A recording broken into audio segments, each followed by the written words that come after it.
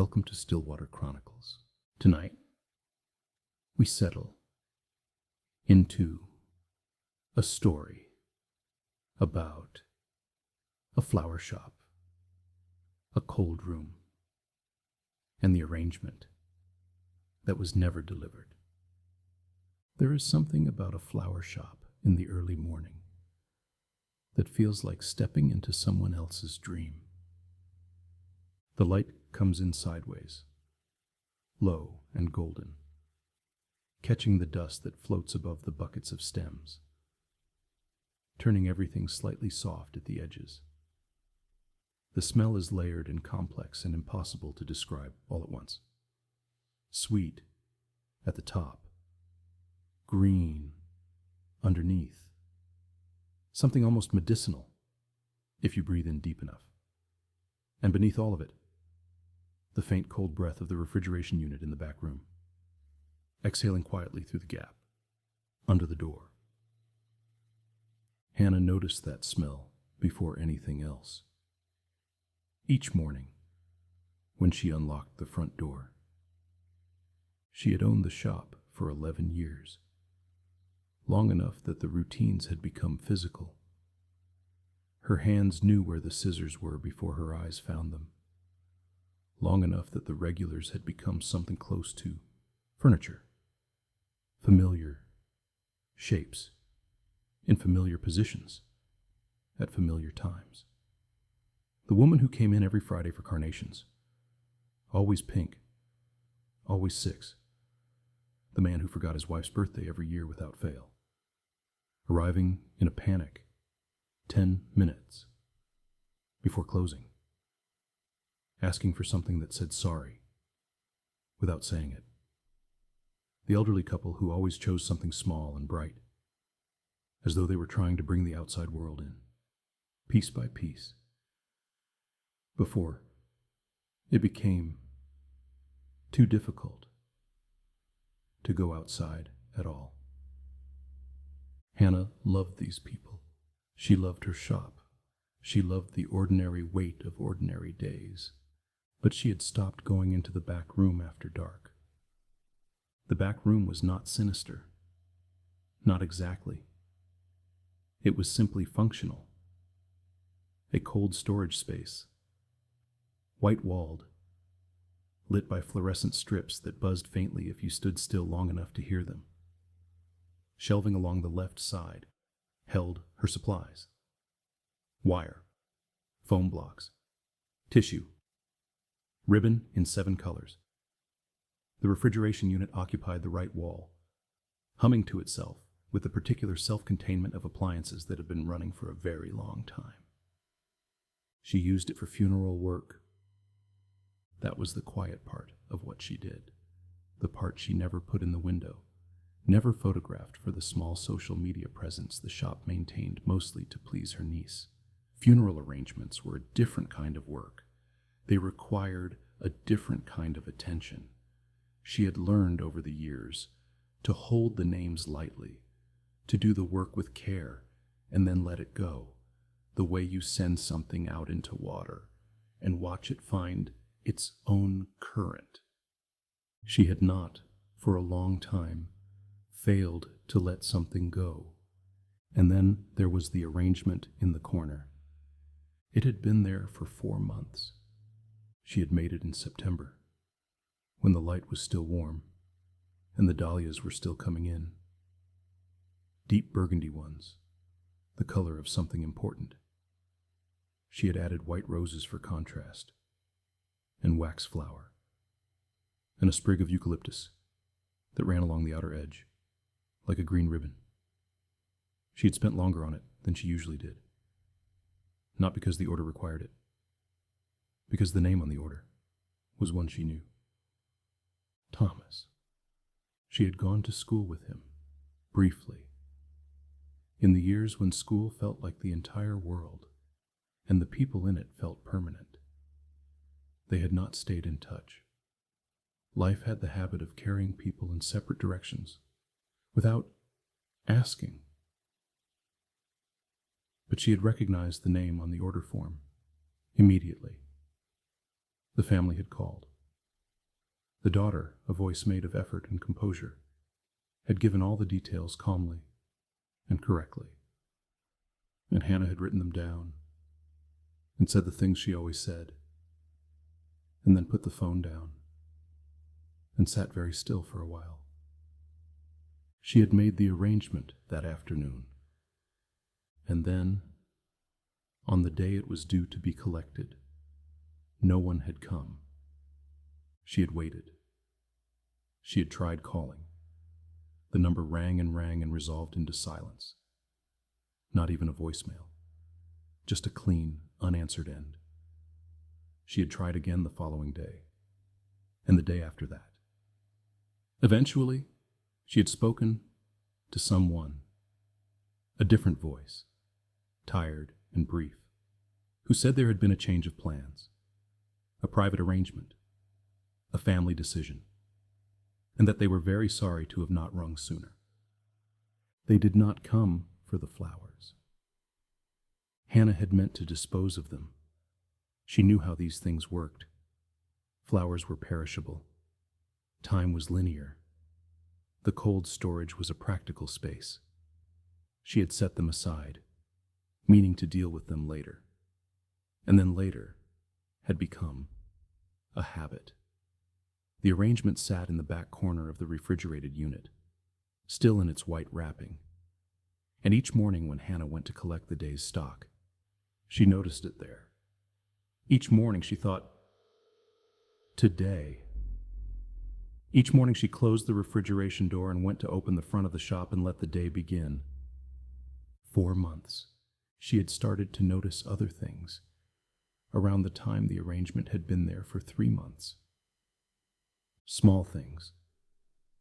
The kind that accumulate quietly. The way certain thoughts accumulate. Not demanding attention. Only gradually making their presence known. The temperature in the back room was lower than it should have been. Not dramatically. The unit was old, and old units could run unpredictably. And she had told herself this. But the cold had a quality to it she didn't entirely recognize. Not the brisk, clean cold of good refrigeration. Something stiller than that. The kind of cold that doesn't circulate. The kind that settles. The flowers, too. They should not have kept as well as they had. She had opened the wrapping once, carefully, some weeks ago, just to check, just to assess the damage she had been putting off addressing. She had expected brown edges, collapsed petals, the soft collapse that flowers make when the world has moved on without them. Instead, she had found them almost unchanged. The burgundy dahlias, still deep and full. The white roses, still holding their shape. The eucalyptus, still faintly green, still faintly fragrant, as though they had been made only yesterday, as though time had simply decided, out of courtesy or something else, to leave them alone. She had rewrapped them carefully. She had closed the door. She had not opened it again. There was a sound sometimes. She had been in the front room, trimming stems when she first noticed it. A faint rhythm from somewhere in the walls of the building. Low and slow and almost regular. Like a building settling in cold weather. Like old pipes, remembering themselves. She had told herself it was the refrigeration unit. She had turned the radio up slightly. But the sound had a quality that the radio could not quite cover. Not because it was loud, but because it existed at a different frequency, below the music, beneath the ordinary noise of the day. She was not afraid of it. That was the strangest part. She was not afraid. She was something else. Something she didn't have a precise word for. Patient, maybe. Or held. The way you feel in the moments just before a conversation you have been putting off. When the silence between You and the other person has become so full, it has its own texture. When the thing that has not been said is more present than the things that have. One evening in January, she stayed late. She hadn't planned to. She had been finishing an order, a birthday arrangement for someone's mother. Something bright and cheerful, all yellow and peach, the colors of warmth and arrival. She had finished it, set it in the front cold case with the others, and turned off the workbench light. And then she had stood in the middle of the shop for a while, in the half-dark, with the street light coming through the window, and the smell of the day still in the air around her. And she had gone to the back room. She turned on the fluorescent light. It buzzed once, then settled into its quiet hum. The room was exactly as it always was. White walls, shelving, the refrigeration unit along the right wall. The door slightly frosted at the edges. The small light on the front panel glowing green. She opened the door. The cold came out in a long, slow exhale. She reached in and lifted the arrangement. It was lighter than she remembered. She carried it to the small workbench in the corner and set it down and unwrapped it slowly. The white paper unfolding like something waiting to be read. The flowers were perfect, still perfect. The dahlias had not moved. The roses had not shifted. The eucalyptus lay exactly as she had placed it 4 months ago, in the careful arc she always made with the greens. The one she'd learned without being taught. Just from years of knowing what a thing should look like when it was finished. She stood over them for a long time. She thought about Thomas. Not a particular memory. No single image arrived with his name. Just a general shape. Someone she had known once. Briefly. In that full and formless way you know people when you are young. And the world is still making itself. Someone who had been real. Someone who was not anymore. She thought about the daughter's voice on the phone. That careful composure. That particular form of holding yourself together in front of a stranger, because the alternative is too large for a phone call. She thought about the fact that she had made this arrangement for a farewell, and the farewell had happened without it, that these flowers had been prepared to mark an ending, and the ending had come and gone, and they were still here, still whole, still waiting, in their quiet way, to be of use. She did not find this sad exactly. She found it faithful. Flowers did not know what they were for.